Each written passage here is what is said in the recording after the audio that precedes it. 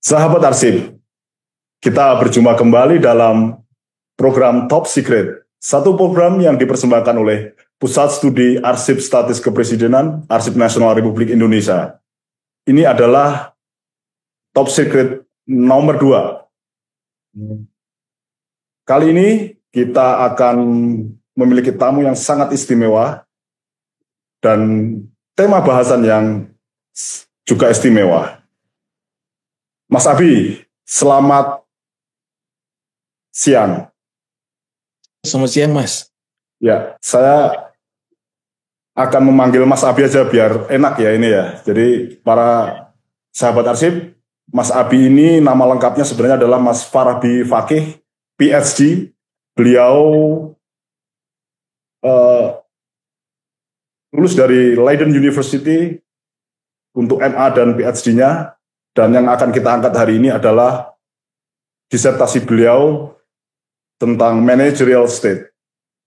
Mas Abi, di Top Secret ini kita jargonnya keren, Mas Abi. Jadi Top Secret itu menguak cerita tanpa rahasia. Jadi Mas Abi harus mengeluarkan banyak rahasianya hari ini. Meskipun itu mungkin sesuatu yang sangat sensitif. Nah, saya menemukan disertasi Mas Abi dan kemudian saya membaca tentang managerial state. Kemudian saya ingat tentang apa yang dilakukan oleh para Indonesianis di tahun-tahun 80-an, 90-an tentang authoritarian bureaucratic politics untuk Indonesia di masa kepemimpinan Presiden Soeharto. Dan hari ini kita melihat apa yang terjadi dengan ketatanegaraan kita.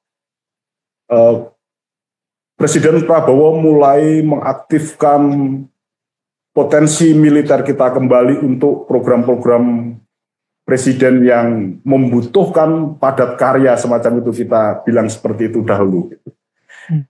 Jadi ketika saya melihat disertasi Mas Abi tentang managerial state, kemunculan elit militer teknokratik, itu kemudian saya berpikir untuk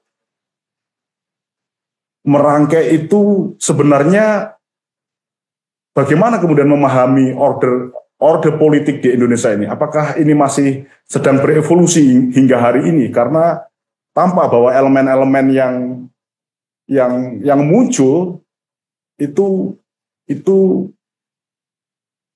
memiliki kesamaan, ada resemblance, ada similarity di dalam proses itu.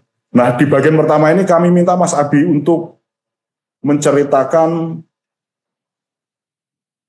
managerial state dan kemunculan elit militer manajerial itu.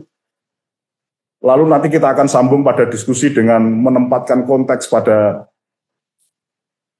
peristiwa politik hari ini. Silakan Mas Abi. Ya, terima kasih banyak Mas Muhammad ya. Saya Husnul, biar Husnul, enak ya. Ya, makasih Mas Husnul. Ya, jadi buku saya Managerial State itu sebenarnya tujuannya adalah untuk menjelaskan perubahan dari tata kelola manajemen negara yang muncul pada periode tahun 50-an di bawah Bung Karno.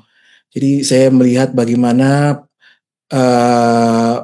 orang-orang Indonesia yang terdidik itu dan mendapatkan akses pada bantuan teknik internasional yang sebagian dari Amerika Serikat itu membangun sebuah budaya dan juga pelembagaan dari apa yang kita kenal sebagai teknokrasi, tapi juga yang berkait juga dengan kemunculan negara pembangunan yang berbasis pada militer itu.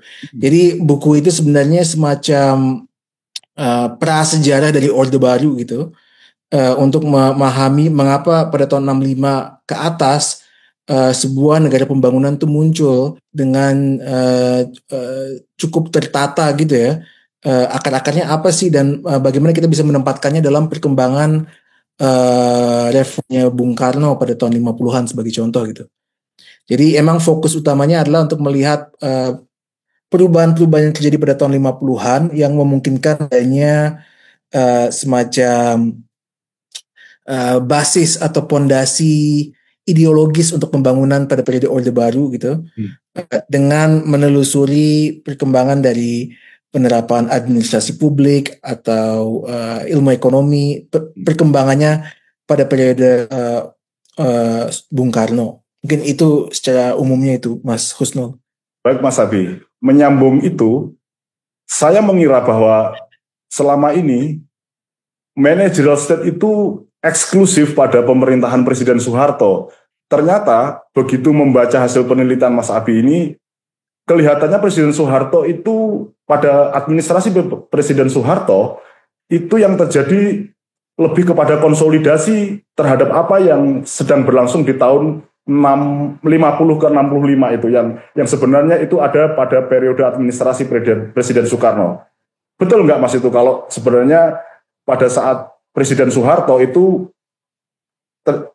proses yang lebih utama itu adalah proses konsolidasi dalam apa yang Mas Abi sebut dengan konteks global, konteks munculnya scientific managerial, kemudian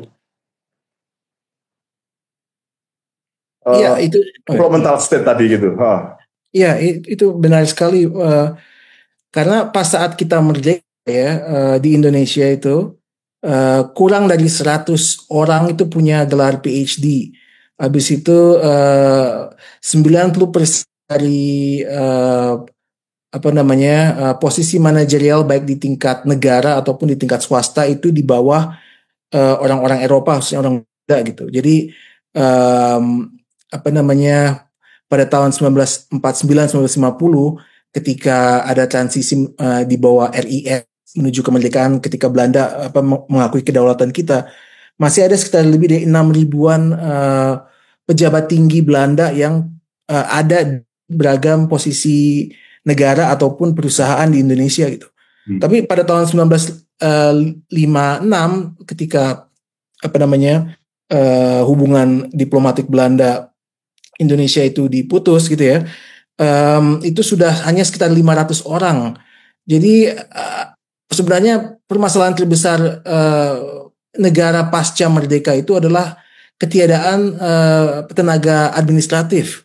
Jadi memang pada itu ada usaha untuk menggenjot produksi administrasi, khususnya administrasi publik dan juga ekonom, dan itu disambut baik oleh Amerika Serikat gitu. Jadi khususnya pasca 54 dan khususnya pasca 58 di bawah demokrasi terpimpinnya Bung Karno itu banyak sekali orang-orang Indonesia dikirim ke Amerika, dan ada sekitar mungkin 500 orang yang mendapatkan kursus administrasi publik di Amerika gitu. Banyak dari mereka orang militer, tapi juga banyak orang sipil.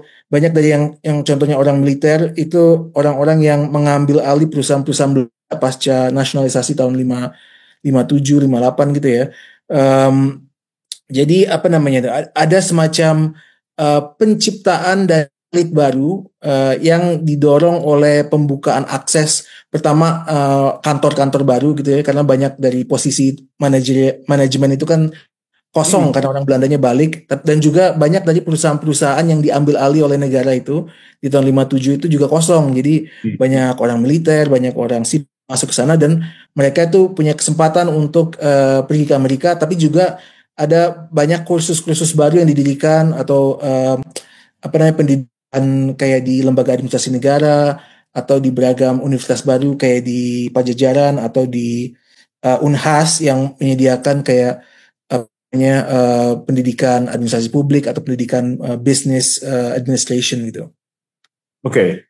Jadi untuk sebelum kita berlanjut ke bagian selanjutnya, kalau pada bagian pertama ini ingin kita sedikit membuat kesimpulan. Jadi bahwa sebenarnya justru Presiden Soekarno dan masa pemerintahan itu ya Mas Abi ya, yang sebenarnya juga adalah sponsor utama dari munculnya managerial state itu. Artinya publik hanya mengetahui masa Presiden Soekarno itu adalah masa yang secara konseptual nggak ada konsepnya, karena diwarnai oleh banyak perubahan, eksperimentasi, sistem ketatanegaraan dan seterusnya, sampai munculnya peristiwa G30 SPKI. Jadi boleh nggak kalau pada masa Presiden Soekarno itu sebenarnya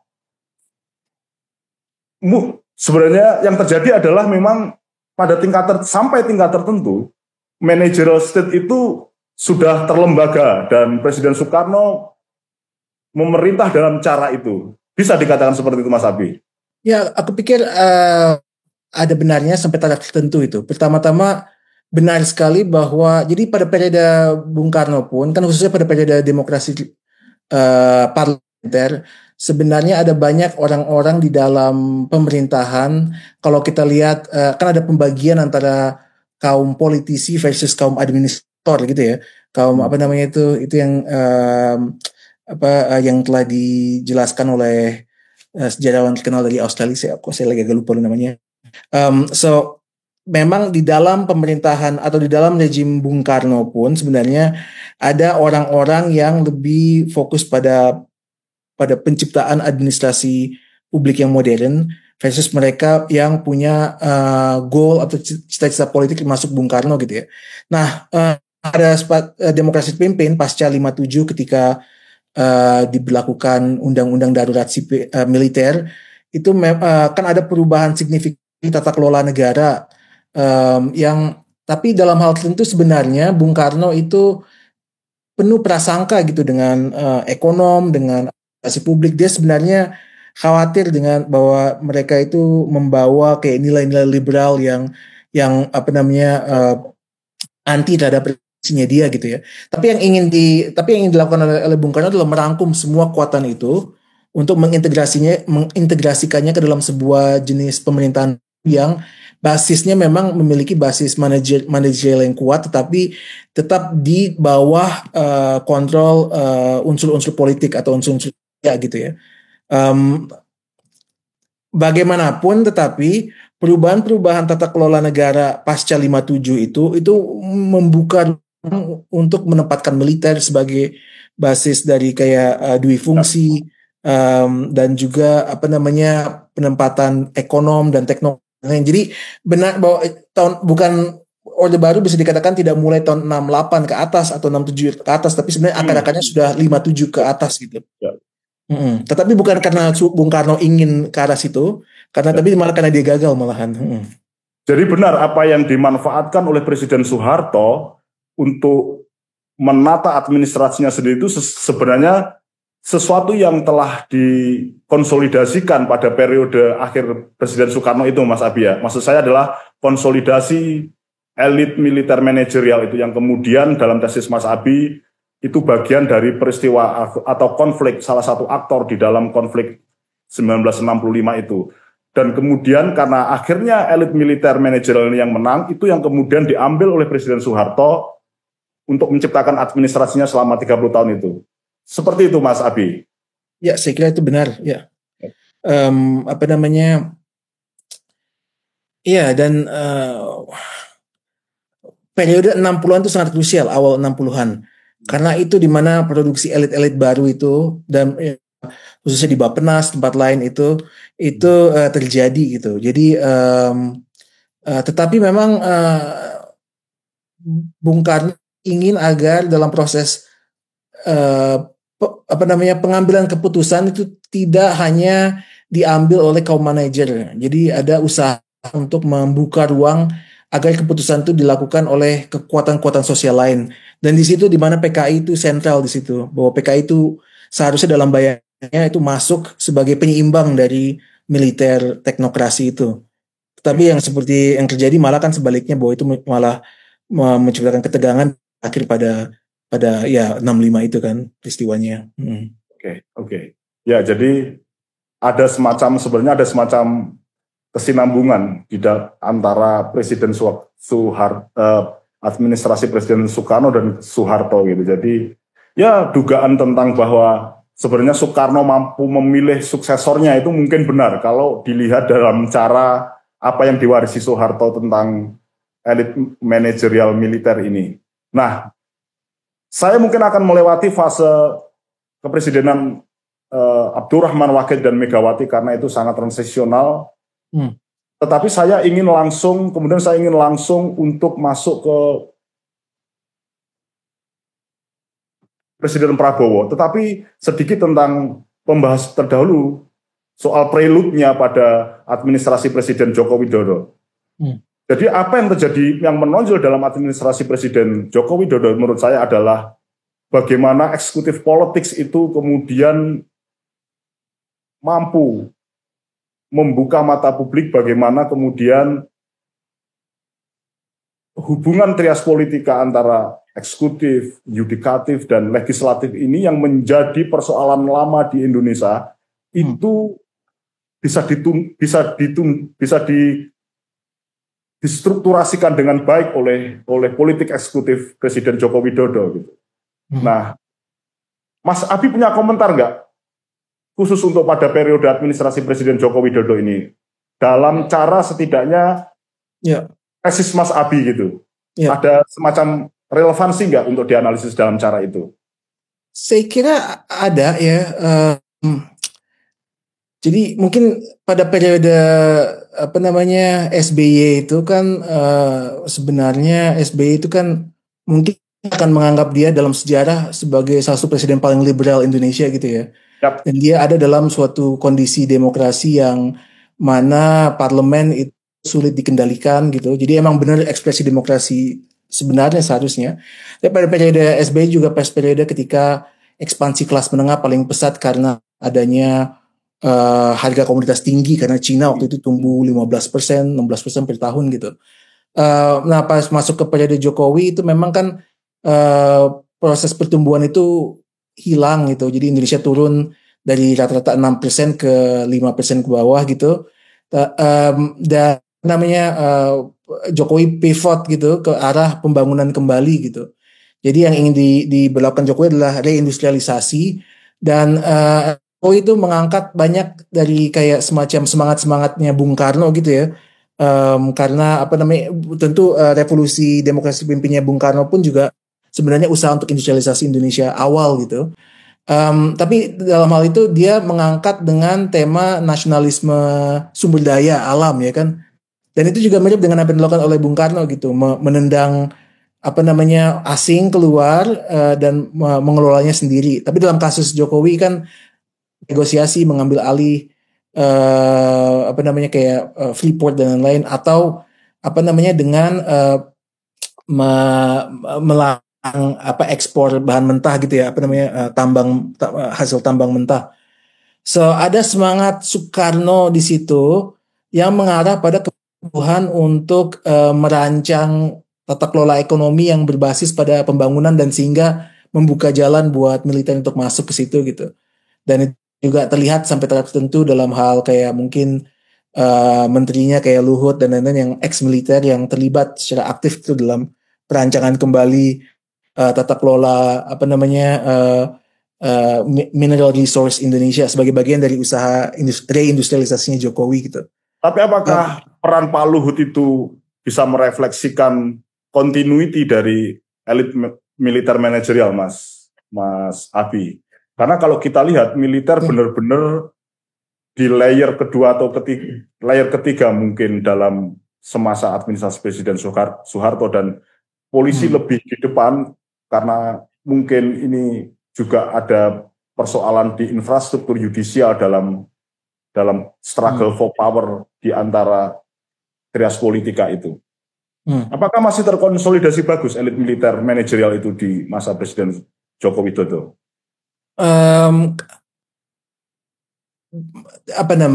Jadi pada periode Orde Baru pun ada beragam kelompok berbeda yang mendukung hal-hal berbeda, kan ada orang asli, ada kelompok. Jadi maksudnya ide bahwa militer itu mewakili satu grup yang enggak yang itu kan nggak pernah terjadi sebenarnya kan ya. Jadi di bawah Soeharto pun ada beragam kelompok-kelompok besar yang punya hubungan dengan dengan pengusaha lain. Sebenarnya sangat signifikan dari kelompok teknokrat itu adalah selain mendapat dukungan dari beberapa kaum militer yang dekat dengan Soeharto, itu adalah dukungan mereka dengan dari negeri, dari Bank Dunia, dari IMF, dari pendukung Barat gitu ya pokoknya. Nah untuk kasus jelas ada perbedaan dalam konteks ini dengan Jokowi karena tetapi ada kesamaan. Pertama, militer Indonesia juga nggak utuh di masa kini, ada beberapa kelompok Tetapi yang mungkin yang sangat penting dari situ adalah bahwa sebenarnya orang-orang kayak Luhut dan lain-lain itu membuka arah untuk membenarkan tata kelola yang berbasis militer nanti di Prabowo gitu. Jadi dalam hal itu sebenarnya kalau kita bisa lihat ya periode Jokowi itu membuka jalan untuk masuknya periode Prabowo karena mengenai pembangunan dan industrialisasinya itu udah ada di periode Jokowi gitu. Dan peluang untuk kerjasama militernya sudah ada juga gitu. Memang tapi belum disahkan atau belum diperkuat. Jadi dalam konteks ini Prabowo itu merupakan kelanjutan sampai tahap tertentu dari periode Jokowi, tetapi yang mana mungkin lebih agresif dan mungkin lebih terlembagakan gitu ya. Kita nggak tahu apa yang akan terjadi, tapi jadi dalam hal ini mungkin agak mirip transisinya dari demokrasi ke bentuk teknokrasi militer periode 56 sampai periode Orde Baru dengan masa kini dari masa Prabowo ya, masa Presiden Prabowo. Jadi kalau kita bisa bandingkan periode awal-awal dengan SBY sampai ke Prabowo, itu transisinya seolah-olah memang dalam tata kelola negara kita emang mengarah kepada bentuk kontrol militer / teknokrasi / kapitalisme gitu ya. Dan sebenarnya kalau kita pikir-pikir itu mirip dengan yang terjadi pada periode kolonial juga gitu. Jadi sebenarnya mungkin ini adalah bentuk bentuk normal dari negara Republik Indonesia yang mungkin akan kita simpulkan belakangan Mas Abi ya. Tapi sekarang saya catat itu, nanti di kesimpulan kita akan bahas lebih lanjut soal Presiden Prabowo. Tetapi untuk penutup bagian Presiden Joko Widodo, maksud saya kemudian kita hampir media dan bahkan publik hampir tidak pernah membicarakan administrasi Presiden Joko Widodo itu sebagai teknokrasi. Berbeda dengan ketika semua analisis di zaman Presiden Soeharto, semua tulisan itu pasti akan mengatakan teknokrasi, akan mengatakan otoritarian birokratik yang teknokratik seperti itu. Bukankah Presiden Joko Widodo itu sebenarnya sangat teknokratis? Atau kenapa tidak pernah konsep itu tidak pernah muncul kencang gitu di dalam diskusi publik kita? Apa yang terjadi sebenarnya? Kalau kita mau berbicara tentang evolusi orde politik Indonesia itu sampai pada Presiden Joko Widodo. So karena secara spesifik teknokrasi itu arah pada bentuk pemerintahan di mana ada sekelompok ahli itu seolah-olah terbebas dari politik gitu untuk kebijakan negara gitu ya. Aku pikir permasalahan kita sulit untuk membayangkan itu pada periode Jokowi adalah pertama-tama Jokowi tetap berfungsi dalam ranah demokrasi ya, dan pengambil kebijakannya di Jokowi baik itu mungkin Menkeu dan lain-lain, semua itu bekerja dalam koridor demokrasi itu, walaupun pada saat periode Jokowi pun menjadi konsolidasi politik di bawah koalisi negara, di bawah koalisi pemerintahan gitu. Tetapi sebagai contoh ada orang-orang di dalam pengambil kebijakan Jokowi yang masuk penjara, itu enggak terjadi pada masa Orde Baru. Jadi secara politik teknokrasi Orde Baru itu dilindungi oleh politik negara gitu. Jadi mereka tuh mereka seolah-olah ada dalam koridor yang mana hukum, mereka bebas dari hukum, walaupun sementara itu pasca Orde Baru kan banyak dari pengambil kebijakan BI lain-lain pada masuk penjara gitu ya. Dan Jokowi masih dalam konteks koridor itu gitu. Yang kedua,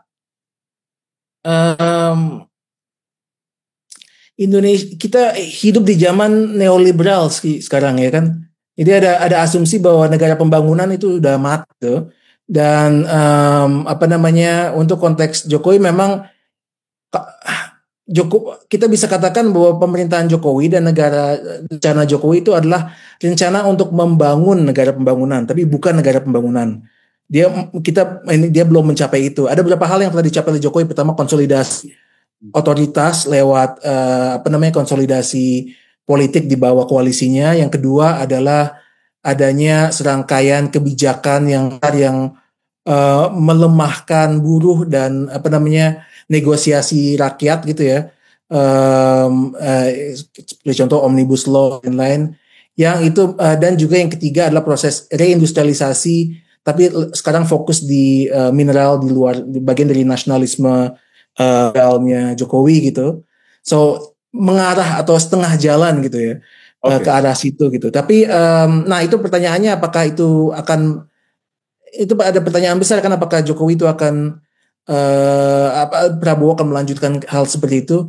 Dan yang kedua, investasi besar Jokowi kan ada infrastruktur, dan itu sebenarnya lebih mengikuti model yang telah dilakukan di Cina pada saat ini. Jadi model teknokrat yang terbangun, model mental state yang terbangun tahun 80-an 90-an itu mengikuti tradisi yang telah dibina di Korea Selatan, di Taiwan, lain-lain, bagian tradisi developmental state-nya Jepang gitu. Dan ya. Presiden Jokowi tidak dalam tradisi itu, Mas. Saya kira karena zaman sekarang ada kecenderungan orang untuk menganggap model mental state udah mati gitu, udah nggak bisa dihidupkan gitu kembali gitu ya. Tapi ya kita akan sampai di bagian akhir. Kita mulai menyimpulkan di bagian Presiden Prabowo. Kalau administrasi Presiden Jokowi ternyata tidak melakukan persis tidak melakukan persis dengan apa yang dengan kemunculan elit militer ini, teknokrasi dan seterusnya, Pak, dalam administrasi Presiden Prabowo, simptomnya kan lebih jelas, Mas ya, bagaimana militer kemudian dideploy untuk proyek-proyek populis dari Presiden Prabowo gitu. Mas Abi melihat pada masa Presiden Prabowo ini, apakah konteks 50-65 itu akan diulangi dalam bentuk semacam revisionisme gitu, atau bagaimana pandangan Mas Abi sendiri? Ya, saya pikir ada semangat ke arah situ. Karena kalau pikir kayak apa yang pertama dilakukan oleh Jokowi, kan memang yang dibayangkan adalah negara pembangunan baru gitu ya. Dan aku pikir dalam banyak hal Prabowo ingin melanjutkan itu. Masalahnya adalah kemunculan Orde Baru itu membutuhkan serangkaian circumstances yang spesifik untuk zamannya gitu. Khususnya emang ada suatu peristiwa yang signifikan. Pertama-tama adanya pembantaian 65 gitu ya, dan penghancuran dari gerakan Indonesia yang akhirnya menyebabkan bahwa Indonesia itu didukung oleh Barat, dan itu penting sekali itu, bahwa karena selama puluhan tahun Orde Baru menerima 40-50 miliar dolar pada waktu sangat besar gitu ya dari Barat tiap tahun, karena dapat 1,5 miliar atau apa sebagai bentuk aid gitu. Ini udah nggak ada lagi zaman sekarang gitu. Jadi waktu pas periode itu kan konteksnya perang dingin dan Indonesia menjadi client state Barat, client state Amerika Serikat, udah nggak ada lagi jalan atau posisi seperti itu gitu. Nah, tetapi Presiden Prabowo juga berada dalam konteks global, seperti dalam disertasi Mas Abi bahwa di antara 3 elemen itu salah satu elemen yang paling signifikan untuk mengkontekstualisasi analisis adalah pada global influence. Ada perbedaan nggak, Mas, antara apa yang terjadi di tingkat global pada saat itu dengan yang akan dialami oleh situasi global yang dialami oleh Presiden Prabowo? Dengan itu saya berharap sebenarnya nanti untuk melihat apakah evolusi order itu akan mengambil bentuk yang sama atau langkah yang berbeda. Tetapi kita break sebentar, Mas, untuk jeda advertensi dari Arsip Nasional Republik Indonesia.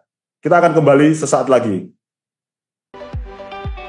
Dalam upaya diseminasi arsip kepresidenan kepada masyarakat, Arsip Nasional Republik Indonesia atau ANRI melalui Pusat Studi Arsip Statis Kepresidenan atau Puspipres menyelenggarakan program Top Secret, Jasa Presiden, Diskusi Online Puspipres atau DOP, dan pameran tetap Presiden pertama Insinyur Soekarno, baik secara daring dan luring.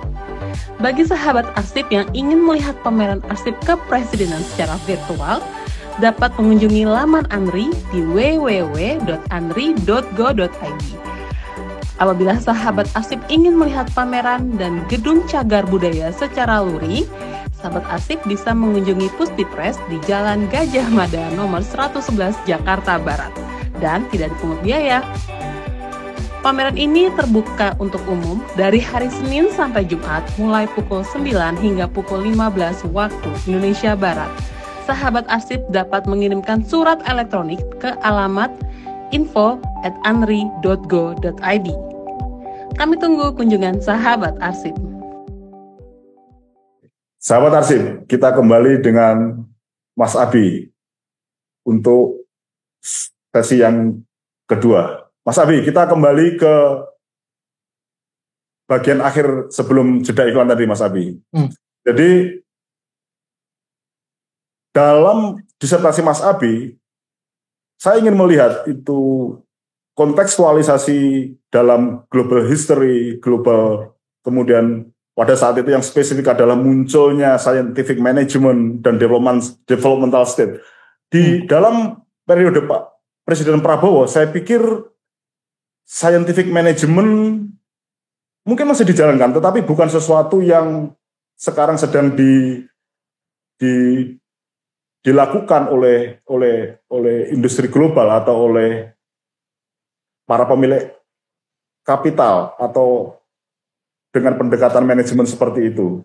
Dan developmental state, apakah kita masih berada dalam tipe negara developmental hari ini ataukah punya karakter lain?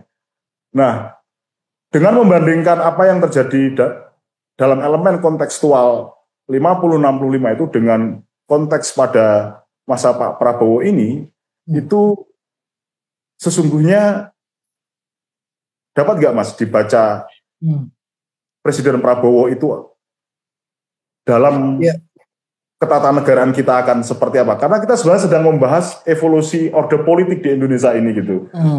Tetapi yang sama adalah bahwa pada masa 50 ke 65 dengan yang sekarang itu adalah militer itu mulai mengambil peran yang semakin signifikan gitu. Mas Abi punya penilaian untuk itu? Ya. Oke, jadi kondisi global di tahun 70-an ketika Orde Baru naik gitu ya, dan konsolidasi kaum teknokrat. Jadi kan akar-akarnya memang periode 50-60-an, tapi konsolidasi teknokrat tahun 70-an dibandingkan dengan periode Prabowo sekarang itu cukup berbeda gitu ya. Pertama-tama tahun 70-an Indonesia itu dunia itu lagi mengalami perubahan tata kelola keuangan global gitu ya, jadi pokoknya ada proses transisi menuju ke neoliberalisme yang juga ditandai dengan adanya tingginya harga minyak, kan ada oil boom gitu. Ya, dan jangan lupa pada masa itu kapitalisme lebih bersifat manufaktur, tetapi setelah 70-an itu lebih bersifat konsumtif gitu. Manufaktur berhenti dan kita beralih ke masyarakat konsumsi. Nah, Pak Prabowo ini kelihatannya menghadapi sebuah jenis masyarakat ekonomi yang berbeda juga, Mas Abi ya gitu.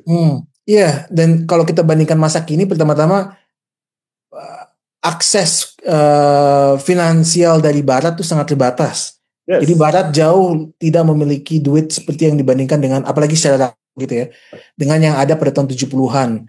Yang Barat kedua ada negara atau hedge funds? Buat negara kan Barat udah nggak ngasih lagi dana bantuan, tapi juga investasi pun dari Barat juga saya kira sudah menurun gitu. Kalau bandingkan ke investasi paling besar dari Cina sampai sekarang gitu ya. Nah, itu permasalahan yang kedua adalah bahwa Cina itu menawarkan model baru dan juga hubungan baru beda dengan Barat secara inherent gitu. Jadi itu membuka ruang untuk, jadi kayak kalaupun ada developmental state, aku pikir lebih banyak mengikuti model-model Cina gitu. Nah, itu yang dilakukan oleh Jokowi selama ini, makanya fokus utamanya adalah pada infrastruktur. Saya agak kurang paham dengan konteks Prabowo melihat Indonesia masuk ke BRICS dan lain-lain. Jadi proses kalau ada namanya kemunculan developmental state itu akan lebih dipengaruhi oleh model-model Cina. Kalau kita lihat yang terjadi di Cina, maka modelnya lebih fokus pada ini pemerintahan Cina kontrol bukan oleh kaum manajerial atau ekonom ya, tapi lebih pada oleh orang insinyur. Nah, aku nggak, nah kalau itu kayaknya belum ada tuh tanda-tanda di Indonesia. Tapi model yang dibangun kalau itu model development state itu akan berbeda dengan yang terjadi pada periode Mungkin nggak ini akan mengarah kepada semacam state capitalism dibandingkan dengan market capitalism. Kalau kita berbicara kemungkinan Cina akan menjadi referensi gitu, Mas. Atau sesuatu yang lain mungkin dalam evolusi ketatanegaraan kita. Ya bisa jadi karena kan toh kita nggak bisa mencontoh Cina secara serta-merta gitu ya. Ada banyak keterbatasan kita gitu. Banyak dari kita kan demokrasi jadi banyak pemimpin kita orang politik gitu ya. Cina pemimpinnya kebanyakan tuh orang-orang insinyur gitu. Ada hal-hal yang nggak bisa diubah gitu. Dan sehingga mengarah, dan juga kita punya tradisi panjang pengelolaan hubungan antara negara dan militer untuk membantu perusahaan kapitalis untuk mengekstraksi sumber daya alam itu dari sejak zaman kolonial. Jadi kita punya kayak semacam kelembaman institusional warisan kolonial yang terus-menerus berlanjut sampai gitu. Nah, jadi mungkin yang paling masuk akal nanti adalah adanya integrasi dengan industri Cina gitu, yang kita udah mulai lihat pada masa Jokowi dan berlanjut pada masa Prabowo yang kayak yang terjadi di Maluku, di Sulawesi, yang kayaknya bentuk pembangunannya berbeda dengan bentuk pembangunan Orde Baru. Karena pembangunan Orde Baru mengarah pada industrialisasi yang berbasis pada labor yang ada di Jawa. Tapi aku belum lihat ada proses transisi menuju ke situ gitu. Ya, kelembaman itu konsep yang menarik sebenarnya, identifikasi yang menarik. Nah, dan kelihatannya menurut saya militer hari ini itu berbeda dengan militer pada 50-60 yang kemudian bisa dikodifikasi dalam konsep elit yang manajerial gitu. Tentara kita hari ini tidak seperti itu, Mas ya. Dia mungkin akan berperan besar, tetapi dia tidak akan menjadi elit dan mungkin bukan manajerial. Apa seperti itu, Mas, kira-kira di zaman administrasi Presiden Prabowo ini? Jadi menarik untuk melihat militer ini secara positioning itu role-nya akan seperti apa, dalam arti adjektifnya akan seperti apa dia gitu. Aku pikir mungkin benar kita lihat orang kayak Luhut dan beberapa orang lain di kabinet Jokowi, militer yang punya posisi manajerial tuh sudah keluar dari militer gitu ya. Technically sudah pensiun atau sudah keluar dari militer gitu. Dan pas masa Prabowo ini belum ada kayak beberapa pengintegrasian militer dengan fungsi-fungsi lain pada level teknokratis atau pada level regional. Jadi belum ada ke situ, dan menurut saya itu lebih sulit untuk bisa dilakukan oleh Prabowo karena pas masa Orde Baru. Jadi ekspansi militer ke dalam posisi sebagai gubernur lain-lain di masa Orde Baru itu dimulai pada masa Soekarno. Jadi proses masuknya militer ke beragam level di perusahaan, di negara maupun di daerah itu terjadi pada masa Soekarno, dan itu dilanjutkan aja oleh Soeharto. Dan bahkan dalam hal tertentu anehnya kayak jumlah gubernur yang punya pangkat militer atau berasal dari militer itu lebih rendah di masa Soekarno di masa Soeharto daripada masa Soekarno gitu. Wow. Jadi untuk ini kayaknya sulit karena ada rasa Indonesia masih ada ruang-ruang demokratis, dan juga untuk kayak semacam membentukkan semacam kontrol militer atas wilayah-wilayah tertentu di Indonesia itu akan lebih banyak tantangan. 65 itu sangat signifikan karena penghancuran dari kiri, dan karena adanya shock atau trauma berat masyarakat menghadapi kekerasan 65 itu membungkam gitu ya, sampai tertentu membungkam ataupun gerakan masyarakat terhadap konsolidasi kekuasaan Orde Baru gitu. Dan ini kan nggak terjadi. Dan kalau kita lihat kayak apa yang terjadi beberapa minggu yang lalu dengan demo yang dilakukan oleh kaum Gen Z, berarti masih jauh gitu, karena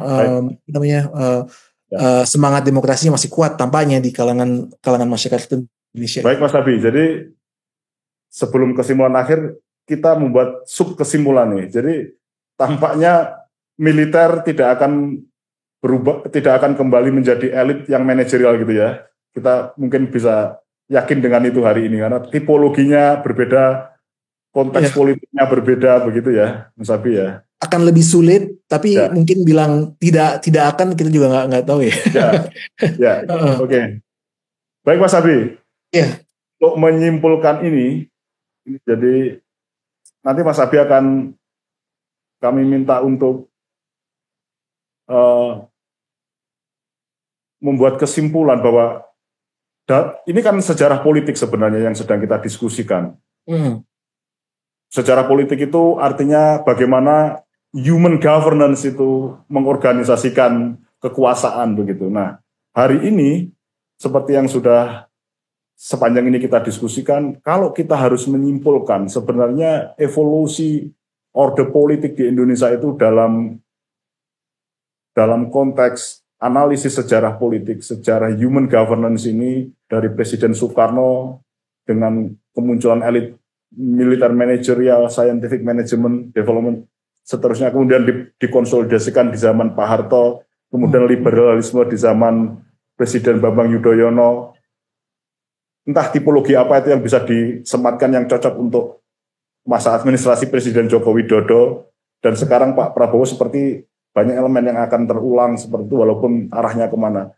Mas Abi bisa menyimpulkan itu apa yang terjadi dalam perspektif evolusioner itu tentang orde politik Indonesia hingga hari ini. Silakan Mas. Jadi kalau kita bisa bayangkan ya, sebenarnya tantangan terbesar kita sebagai bangsa, masyarakat gitu, adalah bahwa negara Indonesia itu dibangun pada periode ya mungkin pada abad 19, akhir abad 19, awal abad 20 untuk memfasilitasi proses ekstraksi pada zaman kolonial. Elit yang terbina atau elit yang muncul dari situ itu punya hubungan yang sangat erat dengan proses ekstraksi itu. Nah, gerakan kebangsaan kita lewat Soekarno dan lain-lain itu semua tujuan utamanya kan awalnya adalah untuk menolak itu, untuk mengubah ya. Tetapi selalu gagal toh, selalu akhirnya 65 dan muncul dan sekarang pun kalau kita lihat Presiden Prabowo mungkin sedang menghadapi itu juga antara menghadapi pemilik kapital yang menginginkan ekstraksi lebih jauh dengan kemandirian ekonomi dalam negeri begitu Mas ya. Iya. Jadi nah itu pertanyaan besarnya adalah, jadi kalau kita lihat dalam konteks itu seolah-olah sejarah politik kita siklis daripada evolusioner ya kan. Ada siklus di mana ada usaha untuk keluar dari situ dan masuk lagi, keluar dari situ dan masuk lagi. Ada cenderung repeating ya. Jadi ada proses repeating yang diakibatkan oleh karena kita masih dalam framework tata negara yang mengikuti atau mereplikasi framework kolonial itu gitu. Oke. Dan itu masih salah satu contoh paling kuat adalah adanya obsesi dengan pembangunan itu sendiri. Pembangunan itu bagian dari ideologi ekstraksi kolonial sebenarnya. Dan belum ada sebenarnya usaha yang mendalam, kecuali apa yang berusaha dilakukan oleh Bung Karno tapi itu gagal gitu ya, untuk menawarkan ideologi lain daripada itu gitu. Baik sahabat arsip, kita sudah sampai di penghujung program kita hari ini. Kita ambil kesimpulan dari Mas Abi bahwa jika sahabat arsip sedang menyukai atau sedang tertarik untuk melihat evolusi ketatanegaraan kita hari ini, Mas Abi sudah memaparkan, kami sudah memaparkan satu rentang mulai dari Presiden Soekarno di akhir 10 tahun terakhir pemerintahnya hingga analisis tentang apa yang mungkin terjadi dalam sistem ketatanegaraan kita pada masa Presiden Prabowo ini. Tapi satu poin penting menurut tesis Mas Abi, sejarah sistem ketatanegaraan kita, sejarah politik kita tampaknya tidak jauh-jauh dari efek kolonial yang sudah terjadi di awal-awal, bahwa Indonesia cenderung akan menghadapi kekuatan-kekuatan kapital yang tujuannya memang sangat ekstraktif, mengekstraksi kapital mereka, sementara kita punya mimpi sendiri untuk menjadi negara yang mandiri tentunya. Dan itu juga yang menurut Mas Abi masih akan dihadapi oleh Presiden Prabowo. Jadi adagium atau aksioma tentang history repeating itself itu kelihatannya masih akan terjadi di kita. Mas Abi, terima kasih atas kehadiran dan analisisnya. Nanti mungkin kapan-kapan kita akan mensistematisasikan ide kita hari ini dan coba membuktikan misalkan apakah memang postkolonialisme itu konteks yang tepat untuk hari ini gitu ya. Pendekatan global dan ekspansi Eropa yang Mas Abi pelajari itu mungkin akan berguna. Karena kalau postkolonialisme ternyata masih memberi efek kepada evolusi politik kita hari ini, berarti kita memang kapitalisme masih belum mati dan itu masih menarik untuk dilihat perubahan transformasi bentuknya di hari-hari ini gitu. Saya kira demikian Mas Abi. Terima kasih sudah hadir di acara program kami. Sampai ketemu di lain kesempatan. Ya, terima kasih banyak Mas Husnul dan Pusat Studi Arsip Statis Kepresidenan. Terima kasih. Sahabat Arsip, dengan demikian kita akan mengakhiri program Top Secret hari ini. Terima kasih dari Pusat Studi Arsip Statis Kepresidenan atas perhatian pada program kita kali ini. Pusat Studi Arsip Statis Kepresidenan Arsip Nasional Republik Indonesia sedang mengembangkan zona integritas. Untuk itu, dukung kami dengan tidak memberikan gratifikasi dan semacamnya. Terima kasih.